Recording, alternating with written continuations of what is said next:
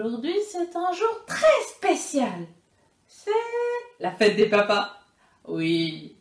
Et vous savez quoi? Les papas, on a des surprises pour vous. Et il y a un élément qu'il faut quand même que vous sachiez. Mais avant, on va faire salut, salut!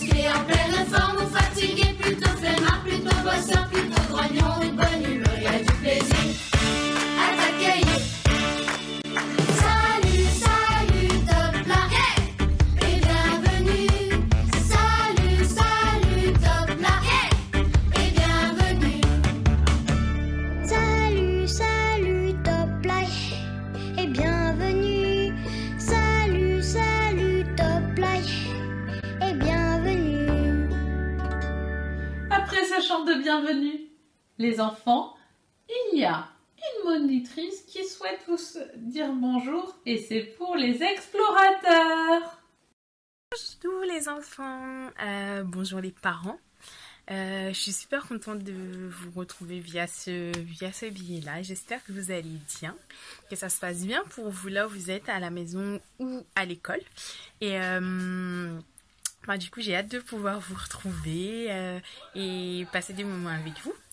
Je vous souhaite une bonne semaine. Je vous fais plein de bisous. Et puis, je vous dis à très très vite. Faites attention à vous. Ciao! Les enfants, aujourd'hui, nous allons parler de la fête des pères. Alors, les papas, en fait, qu'est-ce qu'ils ont de spécial, les papas? Déjà, ils sont à l'image de Dieu. Et si on regarde dans la Bible, je vais vous lire un petit extrait. À l'origine, au tout début, il y a 3 traits de caractère que Dieu a mis dans l'homme, donc dans les papas. C'est quoi? Dominer. C'est-à-dire qu'en fait, il y a le fait qu'il ait l'autorité. L'autorité sur les poissons de la mer, sur les oiseaux du ciel, sur le bétail, sur la terre, sur les reptiles, sur beaucoup de choses. Et donc, je vais vous le redire, il faut leur obéir. Oui, parce qu'autrement, ce serait bizarre quand même. Dieu les a dotés de l'autorité et vous obéissez pas. Mais en fait, Dieu, il a prévu d'autres choses aussi. Il lui a donné une âme, c'est-à-dire qu'il est plein d'amour pour vous. Ouais. Et généralement, dans son amour, il prie pour vous. Alors, vous en rendez peut-être pas compte, peut-être qu'il prie le soir dans sa chambre.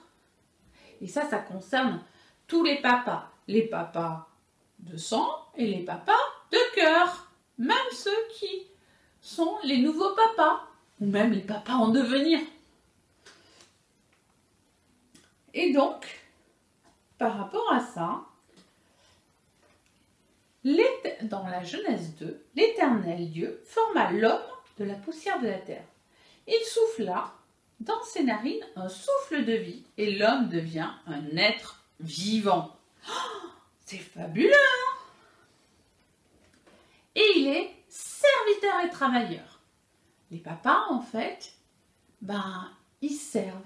Ils servent Dieu en faisant leur travail tous les jours ou en prenant soin de vous, en se préoccupant de votre santé et en faisant des tas de choses. L'Éternel Dieu prit l'homme et le plaça dans le jardin d'Éden pour le cultiver et pour le garder, dans Genèse 2,15. Et moi, je pense que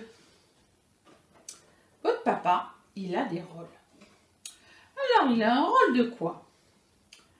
Là, il me dit un rôle d'époux. C'est quoi le rôle d'époux? Ben, c'est le rôle d'être amoureux de votre maman. Et de prendre soin d'elle.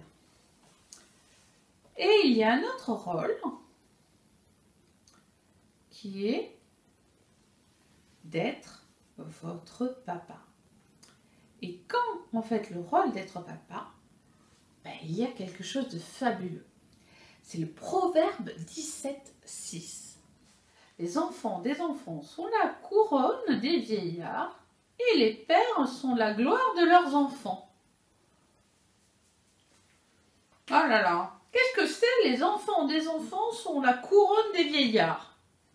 Ben, c'est tout simplement, si vous avez des papis, ben, le fait que vous soyez là les rend trop fiers. Ils sont trop contents. Et d'ailleurs, je pense que beaucoup de papis vous gâtent. Alors, des fois, il y a des papis qui ne gâtent pas trop. Mais vous pouvez les aimer quand même.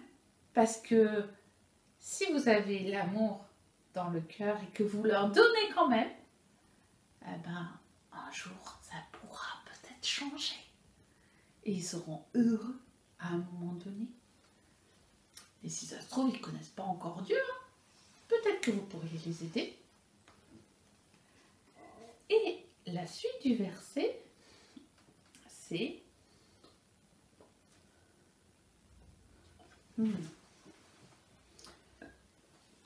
Et les pères sont la gloire de leurs enfants. Oh oh! Et les pères sont la gloire de leurs enfants.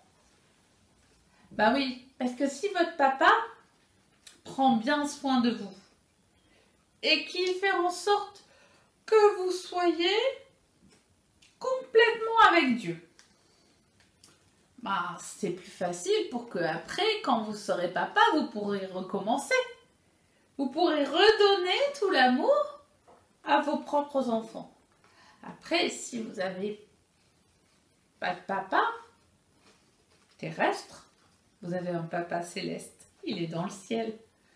Et lui, ben, il vous dit des tas de choses dans un endroit qu'on appelle la Bible. Et c'est très important. Et je ne sais pas pour vous, mais le rôle des papas, c'est beaucoup de choses.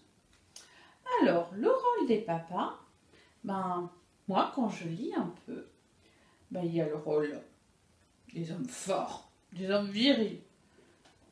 Dans 1 Corinthiens 11,7, l'homme ne doit pas se couvrir la tête puisqu'il est l'image et la gloire de Dieu, tandis que la femme est la gloire de l'homme. Aïe, aïe, aïe.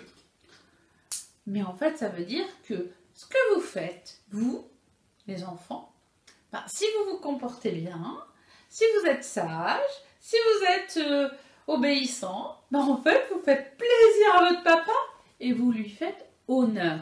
C'est-à-dire que ça montre à quel point, en fait, vous l'aimez quand vous vous comportez bien et qu'il devient trop fier de vous. Est-ce que vous comprenez, les enfants? Bon. Et moi, je vais vous lire un peu de la suite. Donc, en fait, pour que les papas soient solides, il faut qu'ils soient veillés et demeurez fermes dans la foi. Soyez des hommes, fortifiez-vous. C'est dans 1 Corinthiens 16,13. Le fait d'être veillé, ferme dans la foi, ça veut dire quoi? Ça veut dire que vos papas, pour pouvoir faire ça, ils doivent lire la Bible et l'étudier et pouvoir être fort sur ce sujet. C'est important, hein? Alors, on continue. Et on dit aussi que l'endroit le principal que Dieu demande de se préoccuper, que Jésus demande de s'occuper, c'est d'abord la famille. Le papa, la maman, les enfants. C'est un endroit où Dieu aime bien être présent. Vous savez pourquoi? Parce que c'est à l'endroit où il y a la vérité. Ben oui, on se connaît trop bien, on ne peut pas se cacher des choses. Alors les enfants, il est bon de passer des bons moments en famille.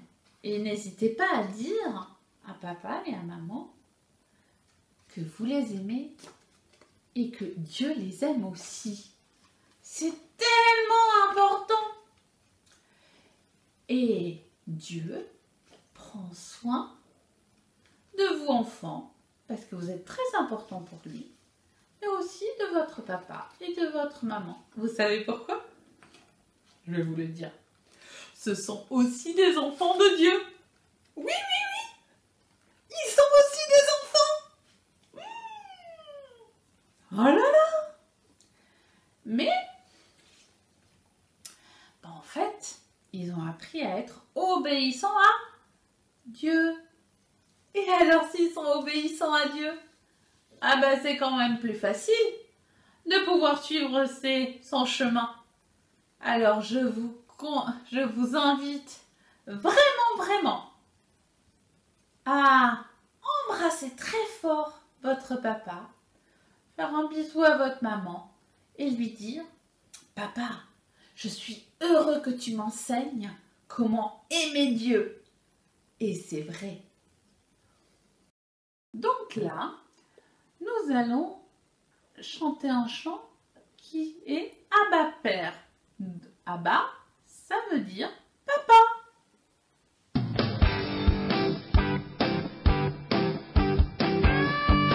Dieu est notre papa et on va chanter ce chant pour lui. Notre papa, notre Abba, notre Père.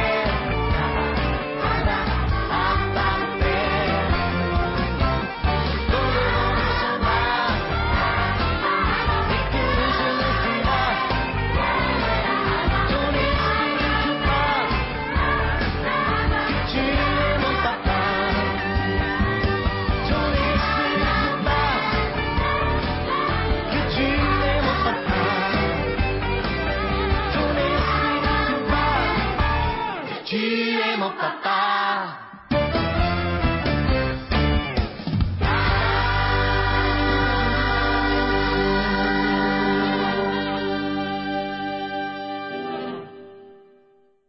Ah, ce chant m'a fait beaucoup de bien. Et maintenant, c'est le temps du tuto de Théa. Bonjour les amis, on se retrouve pour une nouvelle activité. Donc ça sera l'édition Fête des Pères. Et vous allez pouvoir la faire maintenant, en même temps que nous. Il faut juste que vous alliez chercher une feuille de couleur ou blanche, A4 ou carré, comme vous voulez, des ciseaux et des feuilles si vous en avez besoin, ou à la main pour colorier. Alors, donc, déjà, si vous avez une feuille carrée, vous n'aurez pas besoin de faire ce que je vais faire. Mais les personnes qui ont des feuilles A4 comme moi, on va faire ça d'abord. Donc, vous allez plier pour que ça fasse un triangle. Un triangle. Et qu'il y ait une petite partie qui ne sert à rien. Ensuite, on déplie et on plie dans l'autre sens.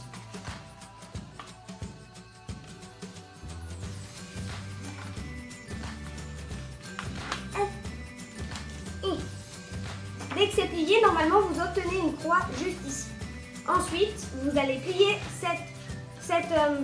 cette bande qui reste un peu pour que la croix elle garde quand même ses extrémités. Bah, c'est juste à la fin. Donc,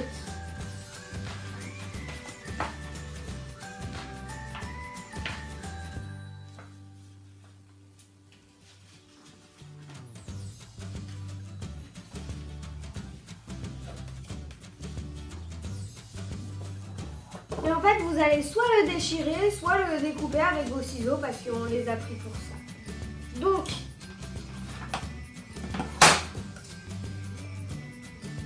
on découpe bien sur la ligne de votre pied. C'est important. Après, vous obtenez un carré. Donc, les personnes qui avaient déjà un carré, bah là, on va commencer. Donc, en fait, les personnes qui ont déjà le carré, vous allez faire aussi une croix, comme nous. Juste ici. C'est bon? Vous l'avez fait? Ensuite, nous allons faire une sorte de losange, comme un cerf-volant. Alors, vous allez devoir plier le bout. Là, vous prenez et vous le pliez juste là. Et ensuite, vous allez appuyer.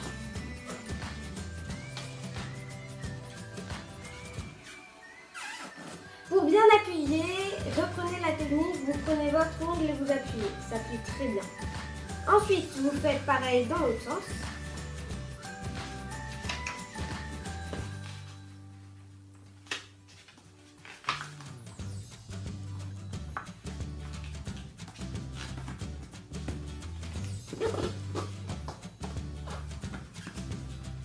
Vous avez terminé de faire ça, vous retournez.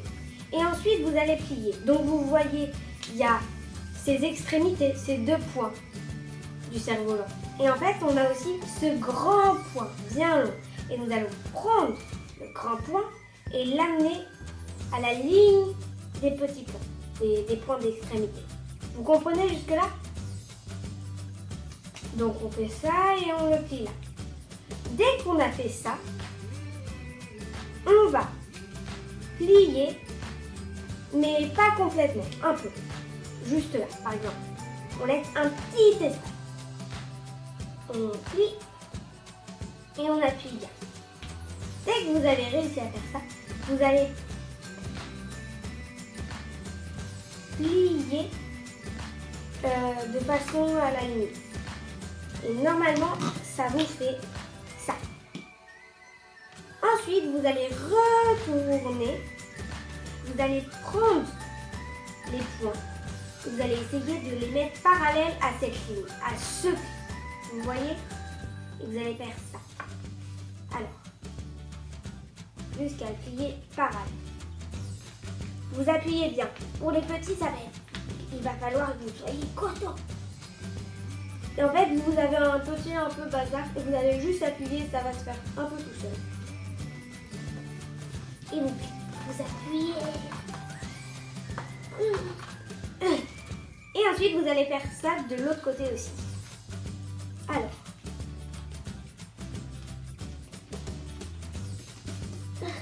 Vous appuyez, vous êtes costaud.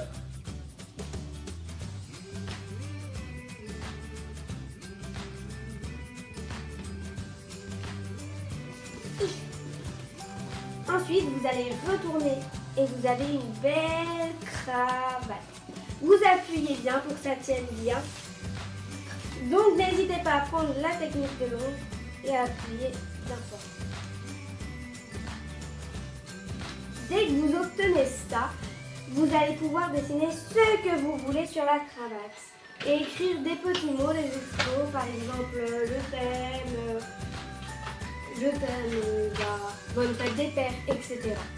Donc moi je vais écrire bonne fête des pères et faire plein de petits cœurs.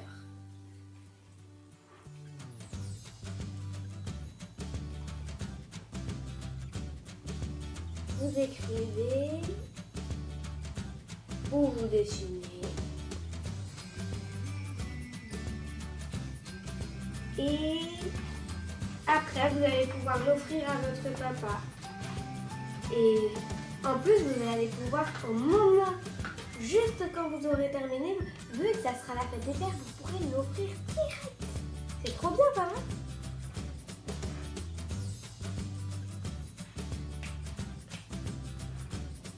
Moi, je vais lui offrir.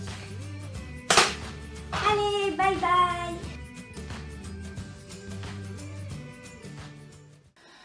Les enfants, j'espère que ce culte vous aura plu et vous fera vraiment toucher du doigt que les papas sont très importants et que vous avez un papa fabuleux qui est dans le ciel.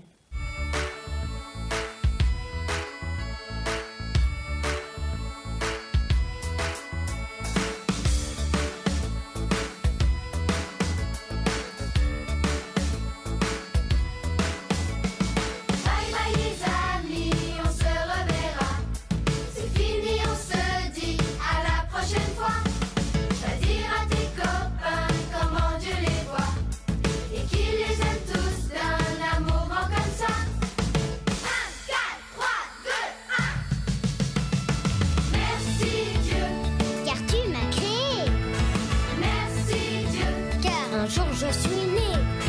Merci Dieu, car tu m'as aimé. Merci Dieu, car je peux te chanter.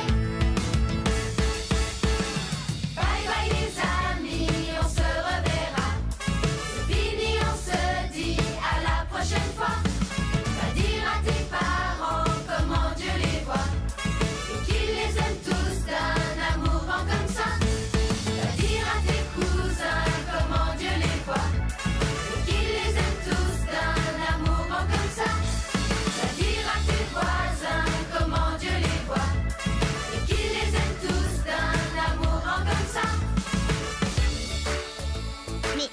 Aussi le dire à mes frères et sœurs. Bah ouais. Et aussi à mes grands-parents. Bah ouais, on peut le dire à tout le monde, quoi.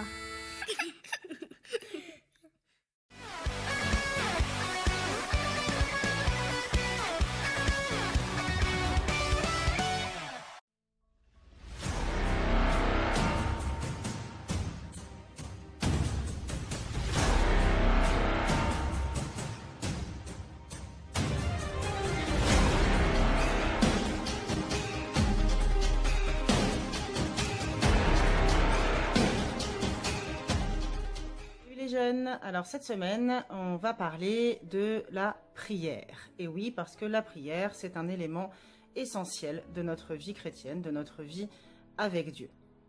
La semaine dernière, vous avez vu la Bible, c'est le moyen par lequel Dieu nous parle, c'est sa parole. Et bien cette semaine, la prière, c'est l'inverse, c'est nous qui lui parlons.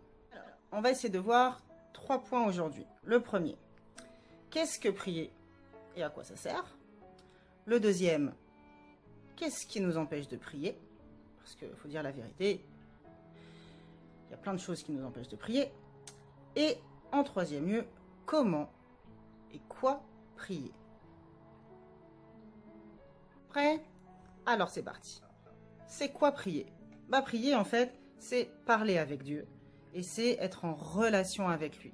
C'est converser avec lui. je parle, il écoute, mais parfois aussi, tu te tais et tu écoutes. À quoi ça sert? Déjà, ça sert à mieux apprendre à le connaître. Bah oui. Hein, on lit sa Bible, tout ça, mais le fait de lui parler et d'avoir des réponses aussi, c'est important. On apprend, comme nous dit la Bible, on recherche normalement ce qui est bon, agréable et parfait, mais il ne faut pas rechercher ce qui est bon, agréable et parfait pour nous. Il faut rechercher ce qui est bon, agréable et parfait pour lui.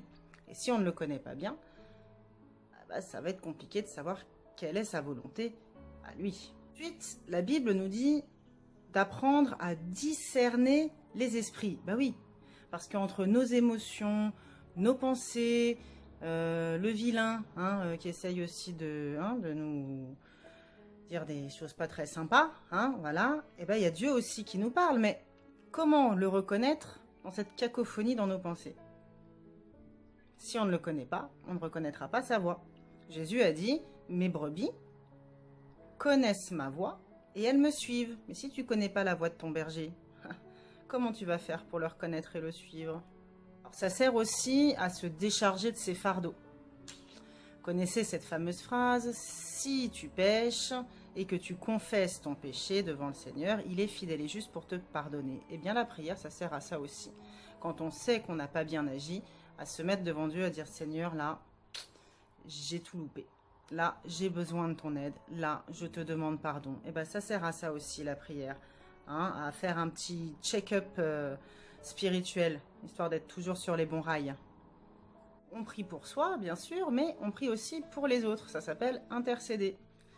Voilà, on porte devant le Seigneur les besoins de notre voisin, de notre copain, notre copine, et de tous ceux où on sait que ils auraient bien besoin de Dieu aussi ou de son intervention dans leur vie. Intercéder. Merci pour ces voisins, Seigneur Jésus. Je veux prier pour eux, Seigneur. Amen. On en arrive à notre deuxième point, ce qui nous empêche de prier. Et oui, parce que la Bible nous dit en fait de prier sans cesse. Pourtant, c'est une discipline difficile à acquérir. La Bible nous dit de prier en tout temps. Pourtant, quand tout roule comme il faut, quand tout va bien, généralement on prie beaucoup moins, voire pas du tout. Alors pourquoi? Souvent on invente des excuses comme le temps. Le temps c'est terrible, le temps, on n'a jamais le temps. Voilà, c'est difficile de trouver le bon temps, le bon moment. Et puis la journée est tellement chargée, puis ça va tellement vite. Et quand, en fait, le temps, voilà. Donc moi j'ai une bonne nouvelle, le temps, ça se prend. Voilà, on prend le temps d'aller voir ses copains, on prend le temps de manger, on prend le temps de faire ses devoirs. Bon, on n'a pas trop le choix, il y a papa et maman derrière qui surveillent. Et on doit prendre le temps aussi de prendre un moment avec le Seigneur, voilà, de passer ce moment-là avec lui dans la prière. Petite chose qui nous empêche de prier, ou en tout cas qui fait qu'on ne le fait pas, c'est qu'on a la sensation, en fait, on n'a rien à dire. Ok, je vais me mettre dans mon coin, je vais prendre ma Bible, je vais commencer à prier, et puis en fait, il n'y a rien qui vient, quoi. En fait, tout va bien, il n'y a rien à raconter, il ne s'est rien passé de particulier. Et dans ces moments-là, tu sais quoi, tu passes en phase 2 de la prière. L'écoute. Tu écoutes, parce que Dieu parle aussi pendant que tu pries. Le dernier point, évidemment, c'est quand on a péché. Voilà, quand on sait qu'on a fait quelque chose, c'était pas top, on s'en veut, on culpabilise, on se sent pas bien, on se sent pas digne. Enfin tout ça, quoi. C'est cet état où tu te dis non, pas maintenant, non, là, non, pas tout de suite, je vais attendre un peu. En fait, finalement, le truc, c'est que c'est justement dans ce moment-là où tu te sens pas bien, où tu te sens un peu, voilà, t'as le cœur lourd, c'est pas trop par où commencer parce que il faut que tu confesses. Eh bien, c'est justement le moment où tu dois prendre ce temps avec le Seigneur dans la prière parce qu'il va faire de grandes choses dans ton cœur pour te décharger un peu de tout ça. Parce que la Bible nous dit bien que si on confesse nos péchés, je le répète, Dieu est fidèle et juste pour nous les pardonner. Mais si on lui dit rien,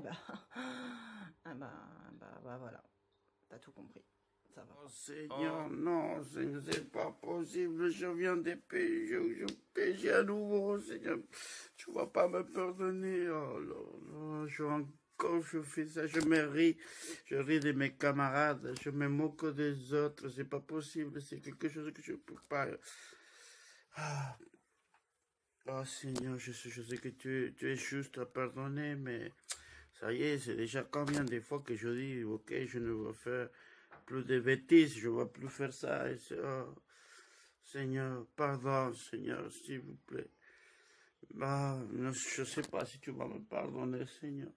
On a vu qu'est-ce qui était prié, à quoi ça servait, ce qui nous empêche de le faire. Mais alors maintenant c'est bon, on est dans les starting blocks, on est prêt, on va commencer. Mais on fait comment en fait pour prier? Et on prie quoi exactement? Comment ça se passe? Réellement, les premières questions, c'est la position. Alors, est-ce qu'on doit prier debout? Prier à genoux? Prier allongé dans son lit en fermant les yeux? On soit debout, assis, à genoux, finalement, ça n'a pas trop d'importance. C'est ton cœur qui en a. L'autre question, c'est est-ce que je peux prier vraiment partout? Est-ce que je dois m'enfermer dans ma chambre, prier dans le train ou dans le bus en allant à l'école? Supermarché pendant que je fais la queue? Non, parce que des fois c'est long la queue. Alors bon. Au niveau du lieu, c'est vrai que c'est quand même plus sympa d'être dans un coin tranquille, tout seul, au calme. Dans la vraie vie, c'est pas toujours le cas. Donc oui, on peut prier plus ou moins n'importe où en fait. Après, on prie à voix haute ou dans sa tête. Ça va dépendre un peu finalement des circonstances. Si tu es dans le bus par exemple ou au supermarché en train de faire la queue, c'est sûr que prier à voix haute, ça risque de faire désordre. Maintenant, si tu es dans le secret de ta chambre, là en revanche, tu peux y aller, à voix haute, tout ce que tu veux. Donc voilà, là ça dépend un petit peu des circonstances. Alors maintenant, on va se poser la question du qu'est-ce qu'on prie? Quoi? Voilà. Mais avant le quoi, on va parler de qui? Ah, c'est pas évident pour tout le monde, Des fois c'est Jésus, des fois c'est Dieu le Père. Comment on fait? En fait, Jésus a dit, tout ce que tu demanderas à mon Père en mon nom, il te l'accordera. Ah, alors, je prie pour, à Jésus, je prie à Dieu, je prie tous les deux, je prie Saint-Esprit, je prie les trois, je prie comment? Tu pries Dieu le Père directement, dans le nom de Jésus, comme si t'étais lui, la classe à Dallas, par le Saint-Esprit. Ah, ça me soulage un peu. Donc on sait qui, quoi. Bah oui, c'est la suite. Alors on peut prier pour le remercier. Merci Seigneur, parce que tu es bon avec moi Seigneur. Merci Seigneur Jésus, parce que tu es un Dieu d'amour, un Père éternel, admirable, consolateur, puissant. Merci Seigneur. On peut prier pour intercéder. Faut pas s'oublier, donc on prie pour soi aussi, beaucoup. Aide-moi à m'améliorer. Que je sois plus comme toi, quoi. Il nous reste à voir la manière de prier. Bah oui, parce qu'on est censé prier quand même en conformité avec sa parole, avec sa volonté, avec en fait ce qu'il attend de nous. Voilà. Donc, exemple, c'est bien les exemples. Un camarade n'arrête pas de t'embêter. Alors, à ton avis, comment tu vas prier pour ça? Tu vas prier comme ça? Oh, Seigneur, il m'embête tout le temps celui-là. Ah, pourquoi il ne se casse pas une patte? Au moins, demain, au collège, il ne vient pas. Il se casse une patte. Que demain, il ne vient pas au collège. Non, en fait, Jésus, il a bien dit, aime ton ennemi, bénis celui qui te maudit, prie pour celui qui te persécute. Donc, on voit bien là-dedans qu'il attend de nous toujours qu'on prie pour faire du bien à l'autre, même si lui nous en fait pas, en fait. Donc, au final, ça va plutôt donner une prière plutôt dans ce goût-là. Jésus, Seigneur, même Seigneur Jésus, si je peux plus, Seigneur, avec ces deux-là, Seigneur, qui tout le temps, Seigneur, se moque de moi et tout. Mais quand il vient me demander, Seigneur, de l'aide, Seigneur, je le donne, Seigneur Jésus. Je le dis ce que je sais, Seigneur. Seigneur, parce que je sais que, Seigneur, j'ai l'espoir, Seigneur, qu'un jour ça puisse changer, ou que tu vas me protéger, Seigneur, que quelque chose n'arrive pas, Seigneur, pire, Seigneur, que ça, que je puisse résister, Seigneur, toutes ces choses qui m'arrivent, Seigneur. Je souhaite, Seigneur, que eux soient bénis comme moi, je suis béni, Seigneur. Amen. Voilà, notre survol sur le thème de la prière est fini pour aujourd'hui. Voilà, il ne me reste plus qu'à vous souhaiter une bonne semaine, à vous encourager, hein, à vous y mettre sérieusement à la prière. C'est important dans votre relation avec le Seigneur, dans votre vie chrétienne. Donc, allez, il faut se mettre le pied à l'étrier et il faut y aller. C'est pas facile. C'est pas facile. Les grands aussi, on a du mal. C'est pas facile non plus pour nous. C'est un combat pour tous.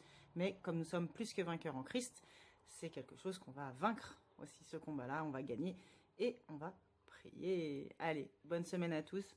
On vous embrasse. Ciao, ciao.